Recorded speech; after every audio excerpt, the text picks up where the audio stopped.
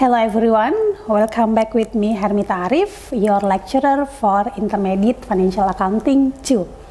So in today's sessions, we are going to discuss the second learning objective of our course, which is the ability to apply accounting treatment on depreciations, impairment and depletions.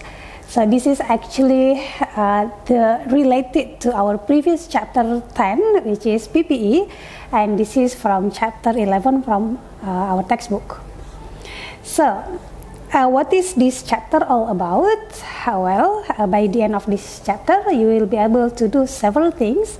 The first one, you will be able to explain the concept of depreciations and how it works. We will also discuss how to calculate the depreciations expense. Next, we are going to cover the asset impairment. So basically, what will happen when an asset loses its value unexpectedly, how a company will account for these situations. Next, we will cover the depletions, which is all about how a company accounts for assets like mineral resources. And then we will also look at the revaluations, and this is an adjustment a company make to revalue the asset. And finally, we will see how we will present this information in the financial statements and what financial analysis we can make from this related information. Alright, so based on this objective, actually we have 5 subtopics for this chapter. The first one is depreciations, next is impairments, and then depletions, revaluations, and last one we have presentation and analysis. So let's begin with depreciation first. So what is depreciation? Essentially, it is a process of spreading out the cost over the periods from which the company benefit from such asset. And let me pick one example to illustrate. So if a company purchase equipment, let's say machine, for example, so the company will use the company not only in 1 year, so it will last several years.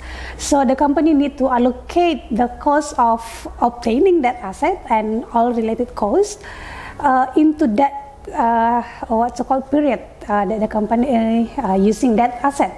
So it aligns with the matching principle, one concept in accounting, where we need to match between cost or expense in this aspect with the revenue, so with the benefit the company generate from that asset.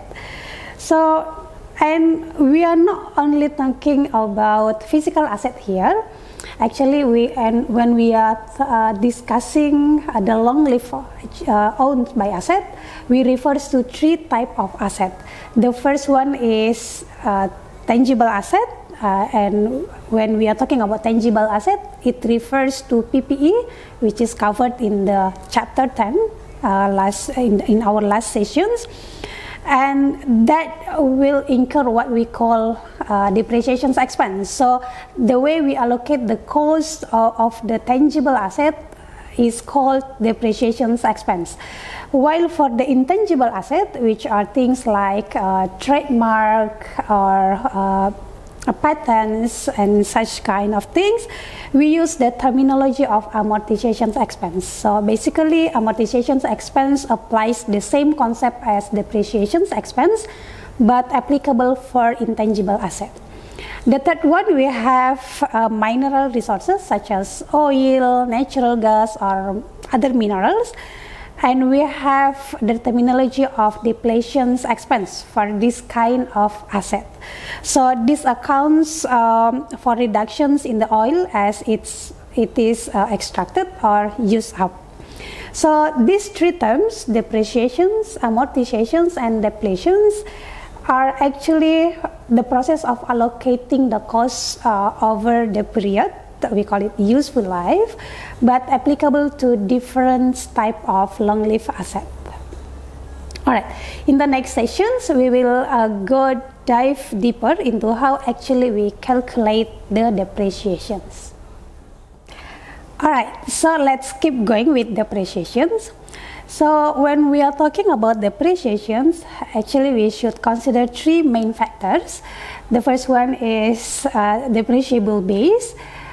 The second one is useful life and depreciations method. So let's get started with depreciable base first.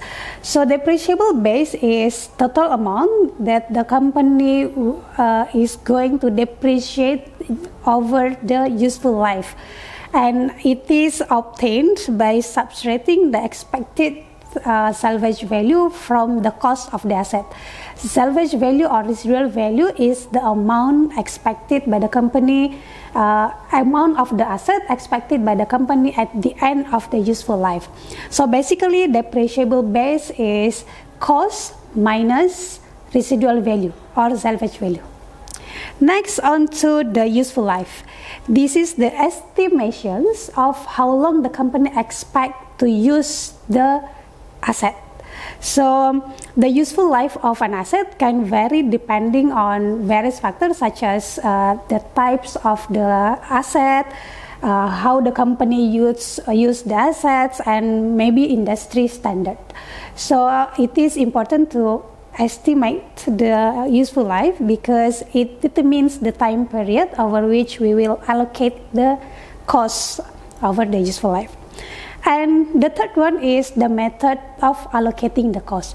So when we refer back to the definitions of depreciations, it is the process of allocating the cost through what we call systematic and rational manner. And this systematic and rational manner refers to depreciations method. So we have several types of depreciation method, and the company will determine based on the nature of the asset which depreciation method they will use for specific asset. So there is no standard from the accounting standard which method will be used for specific asset. The company will decide for itself. And so these three questions, depreciable base, useful life, and methods, are the most important things in determining or calculating the depreciation expense of an asset. So for the next sessions, we will look in deep into specific methods of depreciations and how they differ in terms of depreciation expense.